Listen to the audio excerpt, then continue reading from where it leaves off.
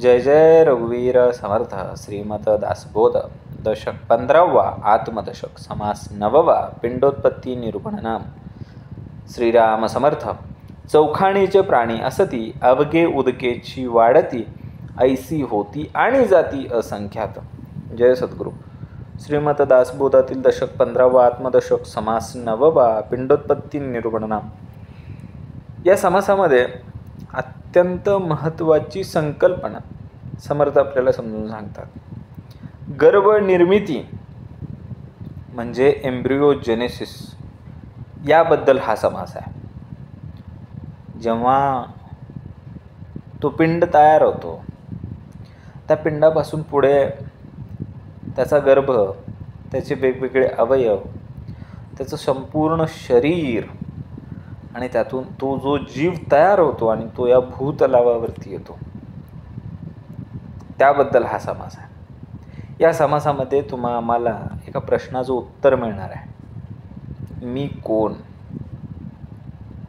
मीच तो पिंड आहे, मीच तो शरीर आहे आणि हे शरीर पंचतत्वांचे बनलेले आहे आणि याची सुरुवात उदकापासून म्हणजे पाण्यापासून आहे.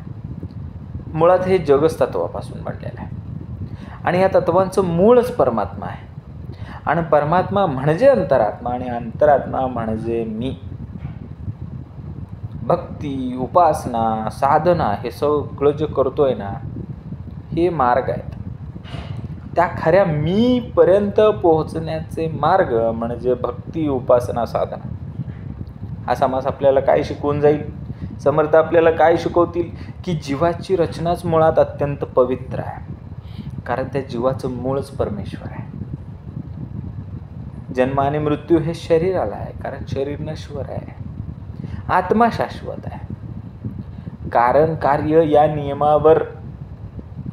या नियमाचा जीवनभर आपल्यावरती प्रभाव राहणार आहे. ईश्वर सर्वत्र आहे, पण ओळखण्यासाठी मनामध्ये निर्मळता हवी. साधना म्हणजे अंतर्मुख होण्याचा मार्ग आहे. बरोबर. एवढ्या सगळ्यासाठी आपल्याला समासाचं संपूर्ण श्रवण करणं अत्यंत कर्मप्राप्त ठरतं. अत्यंत उत्तमाचा समास आहे. बघा, पहिली ओवी काय सांगितलंय? चौखाणीचे प्राणी असती, अवघे उदकेची वाढती, ऐसी होती आणि जाती असंख्यात. अतिशय उत्तम, कारण या समासाची सुरुवात पहिलीच ओवी अत्यंत वैज्ञानिक सत्याने सुरू होत आहे. अत्यंत सुंदर. 4 खाणीचे प्राणी असतात. चौखाणीचे प्राणी असतील, अवघे उदकेची वाढती, आणि हे चारी खाणीचे प्राणी उदकाच्या योगाने वाढतात. ऐसी होती आणि जाती असंख्यात. असे अनेक आले, असंख्य प्राणी आले, उपजले आणि मेले. म्हणजे 4 खाणींचे जे प्राणी आहेत ते उदकानेच वाढतात. सर्व जीवांची सुरुवात ही पाण्यातूनच होते. जीवनाचे बीजारोपण हे पाण्यातच आहे. जसा शरीरामध्ये पाण्याशिवाय कोशिका वाढणार आहेत का? अजिबात नाही. म्हणजे बीज जो आहे ते बीज कुठं अंकुरित होणार आहे? पाण्यामध्ये. ह्या जीवाच्या उत्पत्तीचे मूळच पाणी आहे. अत्यंत वैज्ञानिक सुरुवात, अत्यंत वैज्ञानिक सत्य मांडून समर्थांनी पहिल्याच चेंडूवरती षटकार मारलेला आहे. जगातील सर्व जीवांची उत्पत्ती पाण्यातूनच होते. याचं सर्वात उत्तम उदाहरण, उत्तम दृष्टांत म्हणजे काय? तर दशावतारातील पहिला अवतार मत्स्य अवतार. बरोबर आहे का? मत्स्य अवतार आम्ही मान्य केलंच पाहिजे. भगवान विष्णूंनी पहिला अवतार जो घेतला तो मत्स्य अवतार घेतलेला. बरोबर आहे का? मत्स्य म्हणजे पूर्ण जलचर प्राणी आहे. मानवी जीवनाच्या उत्क्रांतीचे टप्पे ह्याच्यामध्ये डार्विन पण तेच सांगतो आणि दशावतारामधला पहिला अवतार ही तेच सांगतो. समर्थ ही पहिल्या ओवीमध्ये तेच सांगतात. मग कुठलाही जीव असू द्या, चौखाणी जारज अंडज स्वेदज उद्बीज कुठलंही असू द्या, गर्भातून जन्मणारा तो जारज, अंड्यातून जन्मणारा तो अंडज, ओलाव्यातून कुजलेल्या वस्तूतून जन्माला येणारा तो स्वेदज, आणि भूमीतून उत्पत्त होतो तो उद्बीज. कुठलाही जीव असला तर त्या जीवाच्या उत्पत्तीचे कारण हे पाणी आहे, एकमेव आहे उदक. बीज, गर्भ, पेशी, रस सर्व पाण्यातूनच वाढतात. जसा पृथ्वीवरील पहिल्या जीवाचा उदय पाण्यात झाला, तसाच मानवाच्या देहाची सुरुवात सुद्धा पाण्यातून म्हणजे उदकापासूनच होते, समर्थांनी सांगितलेलं आहे. बरोबर. मानव काय आहे? जारज आहे ना, गर्भातून उत्पन्न होतो तो माणूस. मग त्या चौखाणीमधलाच एक आहे ना, तो काही वेगळा आहे का? पाचवी खाणच नाही आहे. ह्या चौखाणीतून उगम होणारा कुठलाही व्यक्ती, कुठलाही जीव हा पाण्याच्या योगानेच सुरू होतो. अत्यंत उत्तमाची सुरुवात झालेली आहे. श्रवण उत्तमाचं आहे, शेवटपर्यंत श्रवण करायचं आहे. तत्वांचे शरीर झाले, अंतरात्म्या सगट वळले, त्याचे मूळ जो शोधिले तो उदक रूप. सर्व प्राण्यांचे शरीर हे अंतरात्म्यासह तत्वांचेच झालेले आहे. आणि याचं मूळ शोधलं की असं समजून येतं की उदक रूप ते आहे आणि तत्वांचे शरीर तयार आहे आपलं, पण त्याचं मूळ पाणीच, उदकच आहे. ही पंचतत्व कुठली? पंचमहाभूत हो आपली. शरीर तत्वांचे आहे म्हणजे शरीर पंचमहाभूतांपासून तयार झालेलं आहे. आणि या पंचमहाभूतांमध्ये पाणी हे तत्व सर्वात सामान्य आहे आणि सगळ्यात जास्तही आहे. 71% पाणी आहे ना पृथ्वीवरतीही, 71% पाणी मानवाच्या शरीरामध्येही, 71% पाणी. जे पिंडी ते ब्रह्मांडी, आणि आपल्या समासाचं नावच मुळात पिंडोत्पत्ती आहे ना. जे पिंडात आहे तेच ब्रह्मांड आहे. ब्रह्मांडही पंचमहाभूतापासून आहे, पिंडही पंचमहाभूतापासून आहे. समाजाने सांगितलं तत्वाचे शरीर झाले, या पंचतत्वापासूनच शरीर झालं. मग त्याचं मूळ शोधायला गेलं, त्या मुळामध्ये काय दिसलं? अंतरात्मा सकट वळले, त्याचे मूळ जो शोधिले ते उदक रूप. शरीर म्हणजे आपला तत्वांचा खेळ. त्या मुळामध्ये गेलं की पाणी, 71% पाणी. विष्णूचा पहिला अवतार मत्स्य अवतार पाण्यात. जन्माला आल्या आल्या बघा तुम्ही, आम्ही पाण्यातूनच जन्माला आलो. आणि मृत्यूच्या वेळेस काय? पाणी पाजा, पाणी. अग्नी म्हणजे त्याला जो अग्नी दिला जातो तो कुठे असतो? ओढ्याच्या शेजारी, नदीच्या शेजारी, तिथं स्मशान असतं. पुन्हा पाणी. या भारतामध्ये जी काही संस्कृती विकसित झाली कुठं आली? सिंधू संस्कृती. पाणी. भीमा नदीची एक उपनदी, नीर, पाणी, नीरा नदी. आपण म्हणतो आबादी, आब म्हणजे पाणी. काय आहे? ज्यांनी ज्यांनी ह्या सगळ्या तत्वांचा शोध घेत गेला त्याला एकच मूळ सापडलं, ते म्हणजे पाणी. भारतीय सभ्यता, भारतीय संस्कृती हेच नाही, जगातली कुठलीही संस्कृती कुठं जन्माला आली तर नदीच्या काठी, म्हणून सिंधू संस्कृती. बरोबर आहे का? इंडस सिव्हिलायझेशन नदीचं नाव आहे. नदी म्हणजे पाणी. पंजाब, 5 आब नद्या आहेत, पंच आब, म्हणून ते पंजाब. बरोबर आहे का? किती आहे असं? आपल्या भारतामध्ये जर बघायला गेलं तर प्रत्येक ठिकाणी पाणीच. एखाद्या गावाची वस्ती कुठं झालेली आहे बघा, पाणी बघूनच वस्ती झालेली आहे हो. नदीच्या काठी गावं, गावाच्या गावं बसली. संस्कृतीच्या संस्कृती उदयाला आल्या.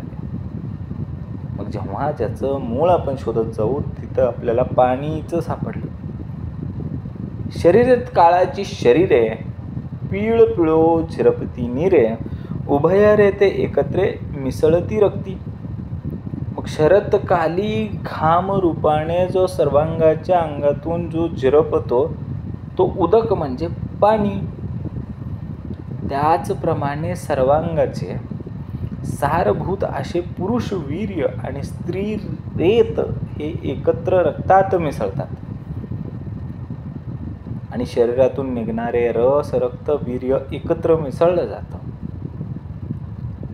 आणि मग हे सगळे रस म्हणजे ऊर्जेचं संचलन हे जीवनात जे मिसळते तेच रूप घडवते. बरोबर आहे ना. हे रस जसा निर्मिती त्याच्यामध्ये होतो तो जीवनामध्ये रस निर्माण होतो आणि मग संगतीवरती ठरतं की त्याची उन्नती होणार की अधोगती. शरीरातून निघणारे रस रक्त वीर्य एकत्र आले की त्यातून काय होतं, रस निर्माण होतो. रस किती प्रकारचे असतात? अन्नरस देहरस रक्त रेते बांधे मूस रस द्वय सावकाश वाढो लागे. आता जेव्हा स्त्री आणि पुरुष रेत एकत्र येतात त्याच्या पुढं काय होतं, अन्नरस देहरस रक्त आणि रेत याचा मूस तयार होतो. या दोन रसांच्या योगे शरीर हळूहळू वाढू लागतं. बरोबर आहे का. अन्नरस देहरस एकत्र येऊन गर्भवृद्धी सुरू होते. आता गर्भधारणा झाली आहे, स्त्री पुरुष रेत एकत्र येऊन आणि अन्नरस आणि देहरस यांना एकत्र येऊन आता गर्भवृद्धी सुरू होणार, त्याची वाढ होणार, त्याला योग्य पोषण मिळणार. शरीराला अन्नरसामुळे वाढ मिळते. बरोबर आहे का. कारण त्याचं पालन पोषण योग्य पद्धतीनं होतं. मग शरीर निर्मिती ही समर्थ आपल्याला सांगतं. शरीर तयार होण्याची प्रक्रिया कशी आहे. अन्नाचा रस म्हणजे देहाचा रस, देहाच्या रसातून रक्त तयार होणार, रक्त अधिक वीर्य अधिक निसर्गातील 5 तत्वे यातून गर्भाची निर्मिती झाली. बरोबर. इथंपर्यंत काही शंका आहे का? असण्याचं काही कारण नाही. कारण आत्ता आपण फक्त आणि फक्त 4थ्या ओवीमध्ये आहोत. आपल्याला समर्थांनी दुसऱ्याच ओवीमध्ये सांगितलं होतं, तत्वांचे शरीर झाले अंतरात्मा सगट वळले त्याचे मूळ जे शोधिले ते उदक रूप. आपण हे मान्य केलं होतं की हे जे शरीर आहे हे तत्वांपासून आहे. बरोबर आहे का. आणि इथं आपण शरीराची निर्मिती होताना काय बघतोय, रक्त अधिक वीर्य अधिक निसर्गातील 5 तत्वे. म्हणजे पुन्हा आपण ते मान्य केलं की ह्या 5 तत्वांपासूनच गर्भाची निर्मिती झालेली आहे. गर्भ वाढत असताना त्याच्यामध्ये विविध अवयव येतात, हाडे येतात, त्वचा येते, स्नायू तयार होतात आणि त्यातून त्याच्या शरीराची पूर्ण रचना घडत जाते. मग ते जे शरीर घडतंय ते कसं घडतंय, तो जो क्रम आहे तो समर्थांनी अतिशय उत्तम सांगितला. वाढता वाढता वाढले कोमळाचे कठीण झाले, पुढे उदक पैसावले नाना अवेवी. सुंदर. ती वाढता वाढता वाढे कसं, आता तो जो गर्भवृद्धी होऊन तो जो जीव तयार व्हायला लागला आहे, त्या शरीराची निर्मिती व्हायला लागली. ती कशी व्हायला लागली, वाढता वाढता वाढले, हळूहळू वाढ चालू आहे. कोमळाचे कठीण झाले, कोमल आहे हो ते, कोवळं होतं, हळूहळू कठीण व्हायला लागलं. आधी हाडामासाचा गोळा होता, आता त्याला काय व्हायला लागलं, हळूहळू एक एक अवयव कठीण व्हायला लागले, कोवळे कठीण झाले. कशामध्ये, आता वेगवेगळे त्याला हाडं यायला लागली, त्यातून काही ना काहीतरी अवयव तयार व्हायला लागले. त्यासाठी त्या कोवळ्याला कठीण होणं गरजेचं आहे. आणि नंतर या उदकामुळेच, पण हे सगळं मूळ परत शेवटी उदकच आहे, पाणीच आहे. आणि या पाण्यामुळेच नंतर नाना विविध अवयव तयार होत गेले आणि ते उदकच विस्तारित होत गेलं. बरोबर आहे का. पूर्ण होता बाहेरी पडे, भूमीस पडता मग ते रडे, अवघ्यांचे अवघेच गडे ऐसे आहे. उत्तम. एकदा का त्या गर्भाची पूर्ण वाढ झाली, त्याला परिपक्वता आली की ते बाहेर पडतं. संपूर्ण वाढ झाली की ते बाहेर पडतं आणि भूमीवर पडलं, रडू लागलं.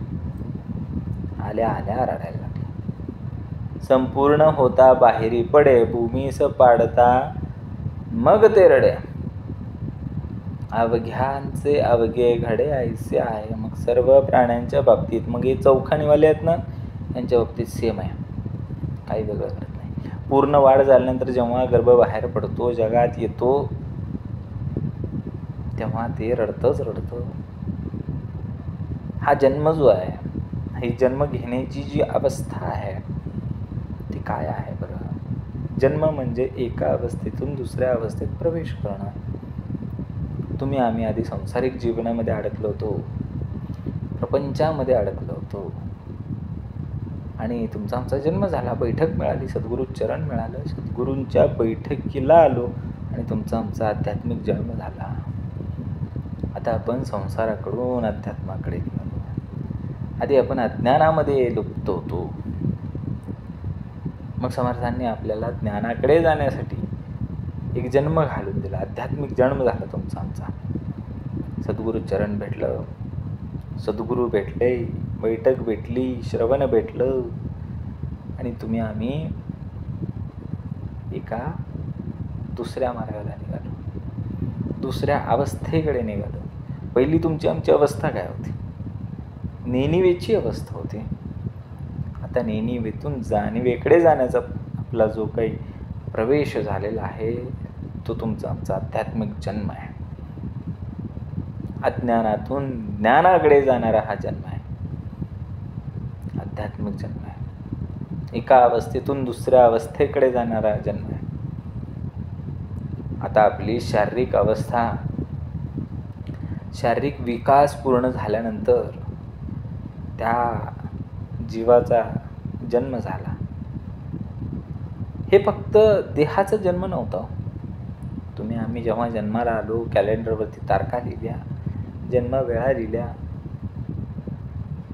हे फक्त देहाचा जन्म नव्हता, तर आपल्या आत्म्याने एका अवस्थेतून दुसऱ्या अवस्थेत केलेला हा प्रवेश होता, असाही समर्थांनी दिलेला दृष्टांत आहे. ह्या जगात आल्यानंतर माणूस वाढतो, तसं तो वाढायला लागला. गर्भातून बाहेर पडल्यानंतर तो तेवढाच राहणार आहे का? तो भूमीवरती पडल्या पडल्या रडला, त्याच्यानंतर तो तेवढाच राहिला का? नाही, तो आता वाढ सुरू झाली ना. आता वाढ कशी असते बघा, तो वाढायला लागला की त्याची बुद्धी वाढणार, बुद्धीबरोबर त्याचा गर्व, अहंकार, काय काय वाढायला सुरू. बघा समर्थांनी सांगितलंय, कुडी वाढे बुद्धी वाढे, मुळापासून अवघे घडे, अवघेची मोडे आणि वाढे देखता देखता.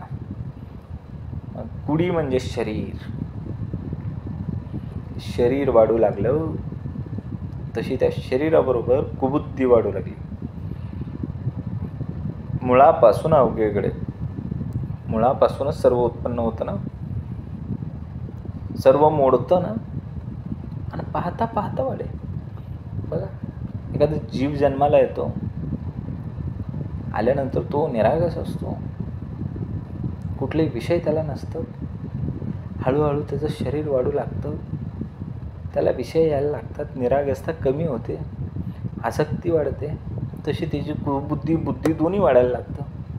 कुडी वाढे, कुबुद्धी वाढे, आणि मग हे मुळापासून सुरू होतं, आणि हे पाहता पाहता घडून जातं.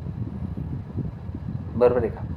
मग जसं त्याचं शरीर वाढतं, जशी कुडी वाढते, त्याची कुबुद्धी वाढते, ती तुटतेही वाढतेही. माणसात गुण आणि दोष दोन्ही असतात, जे वाढवू ते वाढणार.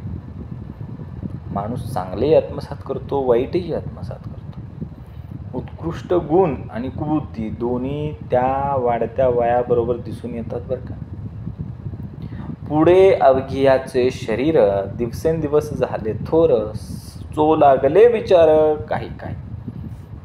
आता हळूहळू तो गर्भ जसा जन्माला आला, बाहेर पडला, पूर्ण वाढ झाली, भूमीवरती पडला, रडला, नंतर हळूहळू तो वाढायला लागला, त्याची कुबुद्धी वाढायला लागली, तो मोडायला लागला, वाढायला लागला. बघता बघता आता तो कुठंपर्यंत आला, त्याचं शरीर तयार व्हायला लागलं, आणि ते शरीर हळूहळू थोर व्हायला लागलं, म्हणजे मोठं होऊ लागलं. सुचू लागला विचार काही काही, आणि त्याला वेगवेगळे विचार सुचू लागले. पुढे सर्वांचेच शरीर वाढू लागला. दिवसेंदिवस तो मोठा होऊ लागला आणि मग त्याला काही काही विचार सुचू लागले. शरीर वाढत जाऊन आता त्याचे विचारांची परिपक्वता यायला लागली.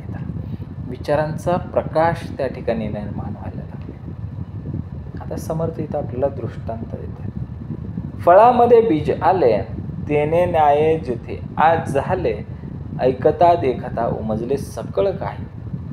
फळामध्ये बीज येतेच येते, त्याच न्यायाने इथेही घडते. ऐकून आणि पाहून सर्व काही समजू लागते. फळामध्ये काय आहे? बीज असतेच की. तसेच या जन्माचे कारण बीज आहे. प्रत्येक अनुभवात पुढील विकासाचे बीज असतात. समाधान किंवा असमाधान दोन्ही वाढतात. आता फळामध्ये बीज आहे, त्यातलं कुठलं बीज आपण विकसित करायचं, अंकुरित करायचं? बघा समर्थांनी सांगितलं पुढं, बीजे उदके अंकुरती, उदक नसता उडून जाती, एक ठाई उदक माती होता बरे. जे बीज आहे ते बीज अंकुरतात कधी? बघा, भरपूर पाऊस पडला, वापसा आला, मग आपण काय केलं? बियाणं आणलं, पेरणी केली, तेव्हाच बीजाला अंकुर येणार आहे, अन्यथा बीजाला अंकुर येणार नाही. बीजे उदक अंकुरती, उदक नसता उडून जाते. उदकच नाही, पाणीच नाही, मोकळ्या रानात किती बी इसकटा, उगवणार काहीच नाही, उडून जाणार. खरे की नाही? बीज असता उदकामुळे त्याला अंकुर येणार. उदक मिळालं नाही, पाणी मिळालं नाही, ते नष्ट होऊन जाणार, करपून जाणार. ह्या बीजांना माती आणि पाणी दोन्हीही एकत्र असेल तरच तिथं काहीतरी निर्मिती आहे. एक ठाई उदक माती होता बरे, बीज पाण्यानेच उगवते, पाणी नसेल तर सुकते. आध्यात्मिक प्रगतीसाठी आम्हाला काय पाहिजे? श्रवणाचं पाणी पाहिजेच पाहिजे. आणि श्रवणाचं पाणी नसेल तर आम्ही कोरडे. श्रवणाचं उदक नसता उडवून जाते, आम्ही उडूनच गेलो होतो. एक सद्गुरू चरण मिळले म्हणून आमच्यामध्ये काय आले? स्थिरता आली. हे श्रवणाचं पाणी नसतं तर आम्ही कोरडे पाषाण राहिलो असतो. ह्या श्रवणाच्या पाण्यामुळे आम्हाला थोडाफार अंकुर फुटलेला. आधी परिस्थिती लय वाईट होती आपली. बघा पुढं, बीजापासून वृक्ष. समर्थांनी या समाजामध्ये अत्यंत उत्कृष्ट असा दृष्टांत दिला आहे बीज आणि झाडाचा. बीजाला पाणी मिळाले की अंकुर निघतो आणि त्या अंकुराची मुळं खोल पातळात जातात,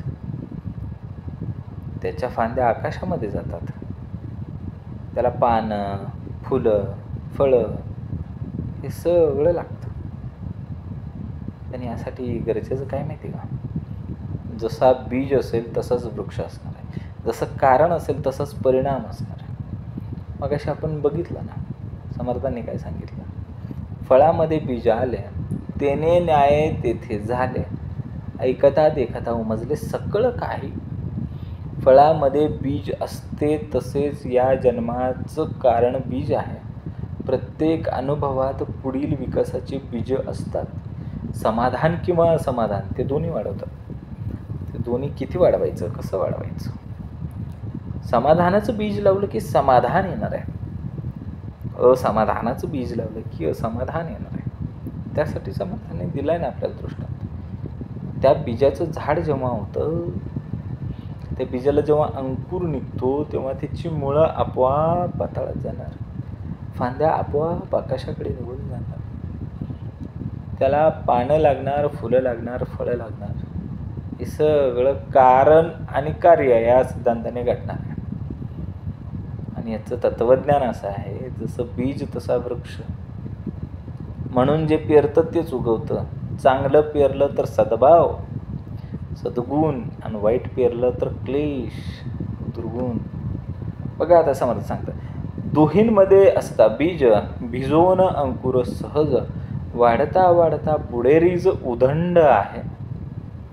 माती आणि पाणी या दोघांच्या संयोगाने भिजवून बीजाला सहज अंकुर फुटला. दोहींमध्ये असता बीज. कोण दोही? माती आणि पाणी यांच्यामध्ये बी असतं. भिजवून अंकुर सहज, याच्यामध्ये भिजला की सहज अंकुर फुटतो. वाढता वाढता पुढे रीज उदंड, वाढता वाढता पुढे उदंड तो होत. एकदा का बिया भिजल्या, एकदा के बीज भिजले की ते सहज अंकुरित होतात. हा निसर्गाचा नियम आहे. जिथे योग्य परिस्थिती असते तिथे वाढ ही नैसर्गिक होते. तुमच्या आमच्या मनामध्ये समाधानाचं बीज असेल, तुमच्या आमच्या मनामध्ये समाधान जर आपण पेरलं तर समाधानच अंकुरित होणार आहे.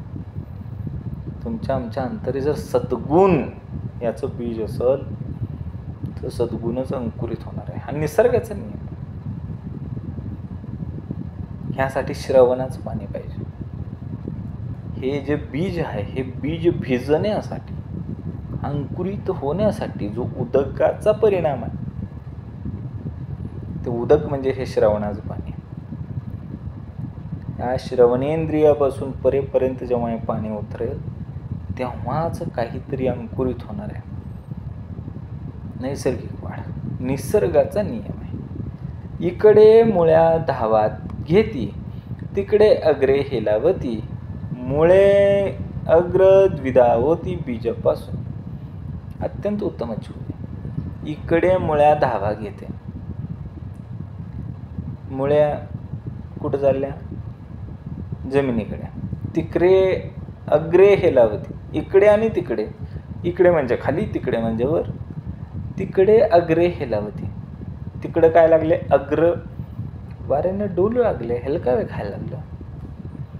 एकीकडे मुळे आणि एकीकडे अग्रे बीजापासून विभागली गेली. मुळे अग्र द्विधा होती. द्विज आहेत ना, विभागले गेले बीजापासून. बीज एकच होतं. बीज राहिलं क्षितिजावरी. मुळ्या निघाल्या पाताळाकडे, अग्रे निघाले आकाशाकडे. किती सुंदर दृष्टांत आहे. मुळ्या खोल खोल खाली जात आहेत, अंकुर वर वर वाढत चाललेला आहे. जीवनात स्थैर्य आहे. ते स्थैर्य, स्थिरता देण्यासाठी मुळा आहे आणि उन्नती देण्यासाठी अंकुर आहेत. अग्र, उन्नती, ऊर्ध्व दिशेने चाललाय ना, तो उन्नत व्हायला लागलाय. हे दोन्हीही आवश्यक आहे. आपण केलेली साधना स्थैर्य देते आणि आपण केलेली सेवा ही कायम आपल्याला उन्नती देते. क्षितिजावरती पेरलेला बी होता तो, बरोबर आहे. एक खाली गेला, एक वरती गेला. जो खाली गेला त्यांनी स्थैर्य दिलं आणि जो वरती गेला त्यांनी उन्नती दिली. अतिशय उत्तम आहे. मुळ्या चालिल्या पाताळी, अग्रे धावती अंतराळी, नाना पत्री पुष्पी फळी, लगडली झाडे. अतिशय उत्तम. मुळ्या चालिल्या पाताळी, मुळ्या पाताळ्यामध्ये चालल्या. अग्रे धावती अंतराळी, अंतराळामध्ये निघाले अग्र. अग्र म्हणजे काय? फांद्या हो. ते जे काही बीज होतं, जे अंकुरलं होतं क्षितिजावरी मातीमध्ये, त्याच्या मुळ्या पाताळाकडे चालल्या. त्याची अग्र म्हणजे त्याच्या फांद्या त्या कुठं निघाल्या? अंतराळी धावू लागल्या. नाना पत्री पुष्पी फळी, लगडली झाडे. आणि मग ते झाड लगडून गेलं. नाना प्रकारची पानं त्याला आली, फळं आली, बरोबर आहे का? मग झाड जसं पानांनी, फुलांनी, फळांनी सजतं, लगडतं, तसं मनुष्य सुद्धा त्याच्या सद्गुणांनी, त्याच्या करुणेने, प्रेमेने, सेवेने काय होतं? लगडून जातो. पण हे क्रमामध्ये आहे बघा. तो क्रम कसा दिला बघा. समजलं? फळावळील सुमने, सुमनावळील पाने, पानावडील अनुसंधाने काष्ट आगवी. अतिशय उत्तम. फळाचे वडील सुमन, सुमनाचे वडील पान, पानाचे वडील अनुसंधान, काष्टे आगवी. फळाच्या पूर्वी फुले आली. श्रवण उत्तमाचं करायचं. जेव्हा एखादं फळ आपल्याला दिसतं त्या फळाच्या आधी फूल होतं, त्या फुलाच्या आधी पाने होती आणि पानांचेही वडील म्हणजे कोण? लाकडे. बरोबर आहे का? हे काय आहे? ही प्रक्रिया आहे, परिवर्तनाची प्रक्रिया आहे, काही स्थिर नाही. बघा, सगळ्यात पहिलं आलं लाकूड, त्या लाकडापासून आली पानं, पानापासून आली फुलं, फुलापासून आलं फळ. त्या लाकडाच्या आधी कोण होतं का बरं? पाहावं लागेल ना. बघू आता काय? काष्ठावडील मुळ्या बारीक, मुळ्यावडील ते उदक, उदक आळून ते कौतुक भूमंडळाचे. कुणाचा वडील कोण हे पाहिलंच पाहिजे. ह्या दोन्ही ओव्या एकत्र करू. फळावडील सुमने, सुमनावडील पाने, पानावडील अनुसंधाने काष्ट आगवी.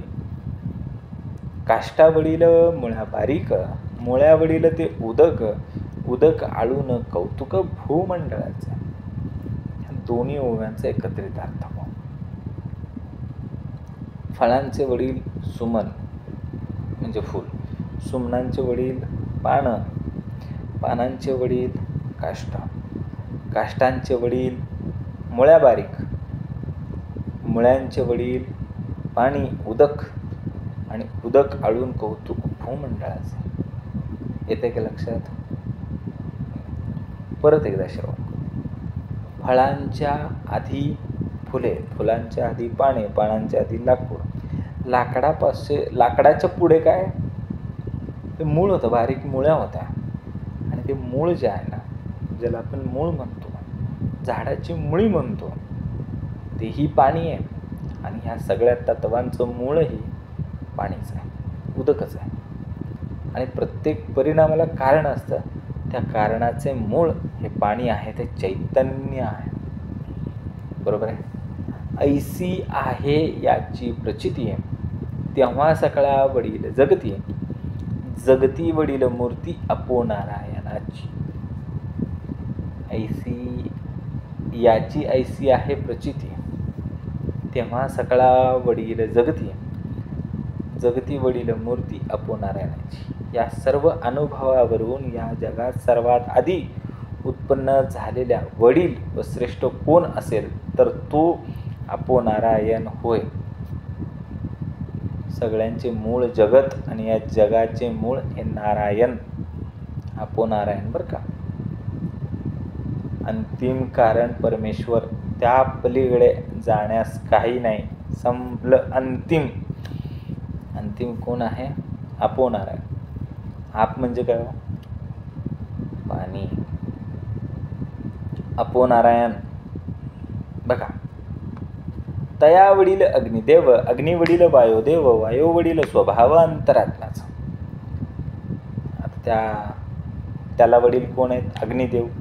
अग्निदेवाहून वायू वडील आहेत, वायुदेव वडील आहेत. आणि त्या वायुदेवापेक्षा स्वाभाविकच अंतरात्मा वडील आहे. या जगाच्या पुढे अग्नी, अग्नीच्या पुढे वायू, वायूच्या पुढे स्वभाव, निर्मिती क्रमशः सूक्ष्म सूक्ष्म होत आहे. सूक्ष्म आहे स्वभाव, खरी ओळख. सकळा वडील अंतरात्मा, त्यासी नेने तो दुरात्मा, दुरात्मा म्हणजे दुरी आत्मा, अंतरला तया. काय झालंय? म्हणून सर्वांना वडील असलेला जो अंतरात्मा आहे, त्या अंतरात्म्याला जो जाणत नाही तो दुरात्मा आहे. दुरात्मा म्हणजे ज्याला आत्मा दुरावला आहे, अंतरावला आहे, तो. सगळ्यांच्या पुढे अंतरात्मा आहे. त्या अंतरात्म्याला बाहेर शोधायला जायचंच नाही, तो आत आहे. आणि हेच अंतिम सत्य आहे.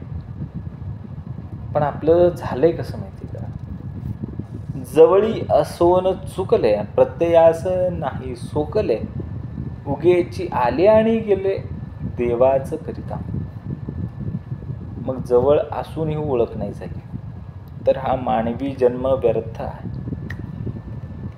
मनुष्य जन्म मिळूनही आत्मज्ञान न मिळणे म्हणजे शेकोटीच्या जवळ प्रकाशाच्या जवळ ज्ञान प्रकाशाच्या जवळ बसून सुद्धा डोळे मिटून राहणे इतकं व्यर्थ आहे. जवळ आहे, जवळ अंतरात्मा जवळ आहे, पण ओळखण्यास चुकले. त्यांनी अनुभवाची सवय लावूनच घेतली नाही. उगाच जन्मले आणि मेले. त्याला कारण सुद्धा अंतरात्माच होतो, पण कळालाच नाही. अज्ञान अत्यंत जवळ असूनही पाहू न शकणे हेच अज्ञान आहे. तुम्ही आम्ही बैठकीला याच्या आधी असंच होतो, सगळं जवळच होतं. बैठकीचा ते पहिल्या 15 मिनिटाचा श्लोक चालू झाला की घरात ऐकायचं. जवळच होतं, पण यायला 4 वर्ष लागली. बरोबर आहे का? अगदी जवळ. अंतरात्मा तुमच्या आमच्या अगदी जवळ होता, फक्त अज्ञान होतं. त्यामुळे त्याला आपण पाहू शकत नाही. पण ते एवढं व्यर्थ आहे की अगदी ज्ञान ज्योत त्या ठिकाणी प्रकाशित झालेली आहे, पण त्या ज्योतीकडे न पाहता डोळे बंद करून पुन्हा तिमिरातच. अरे तिमिरातून तेजाकडे कधी जाणार? अज्ञानातून ज्ञानाकडे कधी जाणार? बरोबर आहे का? तेच जवळ आहे, त्याच्याकडेच जायचं आपल्याला. तो अंतरीचा अंतरात्मा सगळ्यात जवळ आहे बरं. आणि तो जर दुरावला तर तो दुरात्मा. बरोबर. मनोनी सकळा वडील देव, त्यासी होता अनन्य भाव. मग हे प्रकृतीचा स्वभाव पालटो लागे. म्हणून सकाळाहून श्रेष्ठ अशा अंतरात्म्याशी एकदा का अनन्य असे तद्रूप झाले म्हणजे देह स्वभाव पलटू लागून बाहेरच्या विषयांचे आकर्षण कमी होते आणि मनुष्य अंतर्मुख होऊ लागतो. एकदा का अशा अनन्य भावाने भगवंताला धरले की प्रकृतीचा स्वभाव बदलतोच बदलतो. तो जो देव आहे ना, त्याला अनन्य भावाने धरलं पाहिजे. हे संत मंडळींनी केलं बघा. त्यांच्याकडे कसं होतं, सुंदर ते ध्यान उभे विटेवरी. त्यांचं ध्यान सुद्धा सुंदर होतं आणि त्यांचं ध्यान ठरलं होतं. आपण म्हणतो ध्यान दे, त्यांचं ध्यान लागलेलं असायचं. यम नियम आसन प्राणायाम प्रत्याहार धारणा ध्यान समाधी, त्यांचं ध्यान आधीच लागलेलं असायचं. जो व्यक्तीचे मन पूर्णतः देवावरती एकाग्र करतो तेव्हा त्याचे चालणे बोलणे वागणे सर्व काही अत्यंत एक समर्पणपूर्वक देवभक्ती अशी उत्तमाची साधनं निर्माण होते की नाही बघा. आणि त्याचा स्वभाव बदलतो ना. कसा बदलतो बघा. करी आपुला व्यासंग कदापि नवे ध्यानभंग, बोलणे चालणे व्यंग पडोच निधी. आपला जो व्यासंग आहे, जो व्यवसाय आहे, तो करावा, उत्तमाचा करावा, त्याबद्दल काही दुमत नाही. पण ध्यान अभ्यास कधीही खंडित होऊ देऊ नये. कदापि नवे ध्यानभंग, ध्यानाचा भंग कधी होऊ नये. त्यामुळे बोलणे चालणे यात काहीच फरक पडत नाही. ध्यानभंग न होणे, बोलणे चालणे हेही साधनेतच व्हावं. खरा भक्त तोच ज्याचे दैनंदिन जीवन ही साधनेमध्ये व्यतीत आहे. तो त्याचा व्यासंग व्यवसाय सर्व काही उत्तमाचा पार पडत करत आहे. पण तो ध्यानाचा अभ्यास कधी खंडित होऊ देत नाही. बघितलं ना, संत मंडळी काय म्हणते, सुंदर आहे ते ध्यान उभे हे विठेवरी. तुकाराम महाराजांसाठी ते ध्यान कधी खंडितच झालं नाही ना. बरोबर आहे का? ते ध्यान भंग झालंच नाही मुळात. बघा आता पुढं, जे वडिली निर्माण केले ते पाहिजे पहिले. काय काय वडील केले किती पाहावे. जे वडिलांनी निर्माण केलं ते पाहिलंच पाहिजे आणि तेही सर्वात आधी पाहिलं पाहिजे. वडिलांनी काय काय केले ते किती म्हणून पाहावे. ज्याने निर्माण केलं त्याकडे पहा, निर्मात्याकडे लक्ष द्यावे, तेव्हा निर्माणाचे रहस्य कळते. बरोबर आहे का? तो वडील जेथे चेतला, तोची भाग्य पुरुष झाला, अल्पचेतने तयाला अल्पभाग्य. तो अंतरात्मा जिथे जागृत होतो तो पुरुष भाग्यवान ठरतो. जो थोडासाच अंतरात्म्यात जाणतो त्याला थोडासाच लाभ होतो. ज्याला थोडीशी जाणीव होते तो भाग्यवान. आणि ती जी जाणीव आहे, ती जी जागृती आहे, याची ठिणगी सुद्धा एकदम महान असं भाग्य आहे. बरोबर आहे का? तुम्हाला मला थोडीशीच जाणीव झाली, कुठे जास्त. अल्पचेतने तयाला अल्प भाग्य. बघा आता पुढं. तया नारायणे मनी अखंड आठवावे ध्यानी, मग ते लक्ष्मी तयापासून जाईल कोठ्या. मग त्या नारायणाला अखंड ध्यानात ठेवलं, अखंड नामस्मरणात ठेवलं की मग त्याचीच असलेली ती लक्ष्मी देवी त्याच्यापासून दूर कुठेतरी कशाला जाईल हो? अखंड त्या नारायणाच्या सेवेमध्ये असणारी ती लक्ष्मी त्याच्याबरोबरच राहणार आहे. नारायणाची अखंड आठवण आणि नारायणाचं अखंड चिंतन केलं की लक्ष्मी दूर जात नाही. जेथे स्थैर्य आणि श्रद्धा तिथे समृद्धी येतेच येते आणि तेही आपोआप येतात. बघा, नारायणे असो विश्वे, त्याची पूजा करीत जावी, तया कारणे तोष व्हावी कोणीतरी काया. नारायण सर्व विश्वात भरून राहिलेला आहे, त्याची पूजा नेहमी करावी. त्यासाठीच कोणाची का होईना काया तोष व्हावी, देहाची सेवा करावी, ती नारायणाला पोचते. नारायण विश्वात आहे, पूजा त्याचीच करावी. सेवा आणि सत्याचा मार्ग म्हणजे खरी पूजा. बरोबर आहे का? नारायण असे विश्व, या विश्वामध्ये नारायण चराचर सृष्टीत, त्याची पूजा करीत जावी. या कारणे तोष व्हावी कोणीतरी काया, तोषोनी मज द्यावे, या कारणे तोष व्हावी. बघा, तोष म्हणजे काय आणि संतोष म्हणजे काय? कमेंट करून मला नक्की सांगा. नारायण विश्वात आहे, पूजा त्याचीच करावी. सेवा आणि सत्याचा मार्ग म्हणजे पूजा. उपासना शोधून पाहिली, तो ते विश्व पळीत झाली. न कळे लीळा परीक्षली, न वचे कोणा. उपासना म्हणजे काय याचा शोध घेतला तेव्हा उपासना म्हणजे विश्वरूप अंतरात्म्याची सेवा असं कळून आलं. कळालं फायनल. आता अंतरात्म्याची, त्या अंतरात्म्याची लीला परीक्षा केल्याशिवाय कुणाला कळत नाही. उपासना केली की विश्वाचं पालकत्व कळतं, पण लीला कळत नाही, पण अनुभवता येते. ईश्वर सर्वत्र आहे हे कसं आपल्याला समजतं? अनुभवातून समजतं. या समासामध्ये समर्थांनी आपल्याला काय सांगितलं? उपासनेचं तत्व सांगितलं. देव सर्व विश्वात व्यापून आहे. उपासना म्हणजे त्या परातत्पर शक्तीशी एकरूप होणं, एकत्व होणं. द्वैत नाहीच, द्वंद्व नाहीच, एक होणं. उपासना, शास्त्र हे सर्व देवाकडे नेणारे मार्ग आहेत.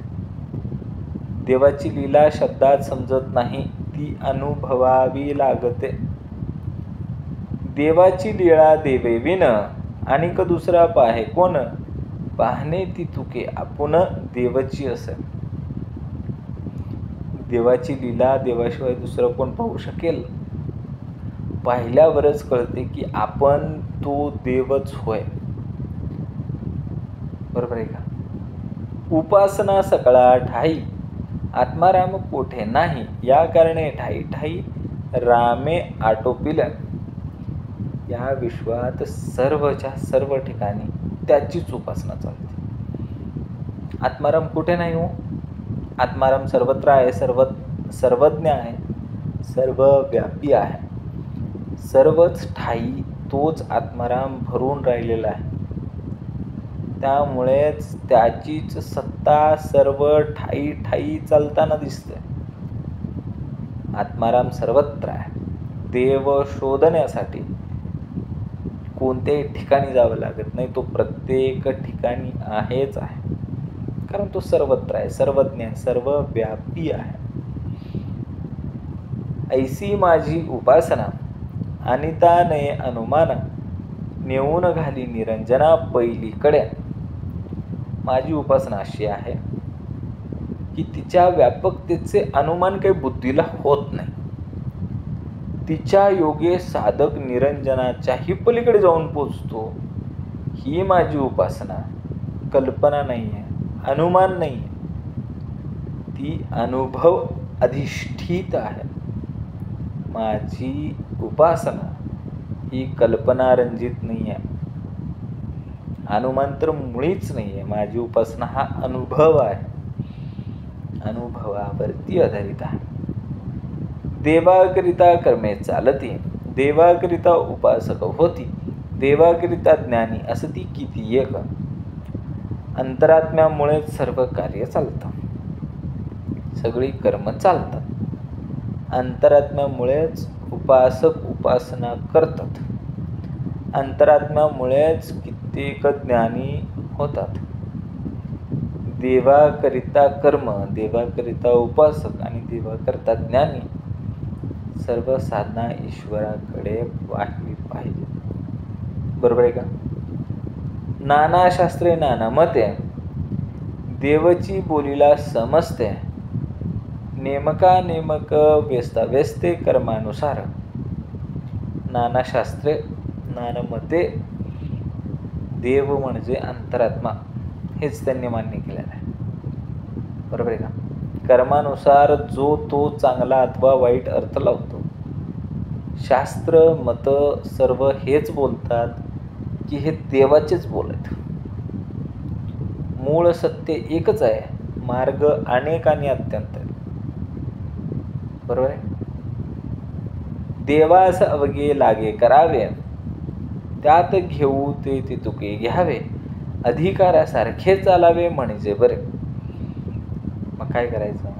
देवा अवघे लागे करावे, त्यात येऊ ते तुके घ्यावे, अधिकारासारखे चालावे म्हणजे बरे.